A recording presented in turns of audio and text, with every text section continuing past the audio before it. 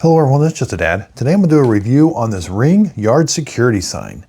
So it is reflective. Let's take a really quick measurement, 8 3/4 by about 8 3/4. The metal part already comes attached to this rod, but we can take those screws out and we could just mount this sign to our house. But we got this extension here.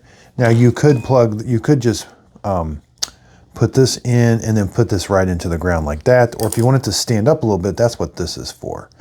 So you're going to put this in. It's got like a little thing to push down. And you're going to push that in. It can be a little hard. There. Now it's going to pop right out there. Same with this. Push this in. All right. Now we can put this in. Again, it's got a little thing. Push down.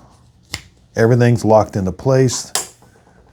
Let's go over overall measurement now. So that pole is exactly 28 inches long, but you'll probably put it in the ground a foot or so. So it could stick up above the ground about 18 inches or so.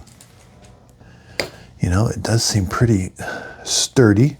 And that part, the white part around is reflective. And the metal part is very sturdy also. So this is just a really nice yard security sign. I hope this video helped. Thanks everybody for watching.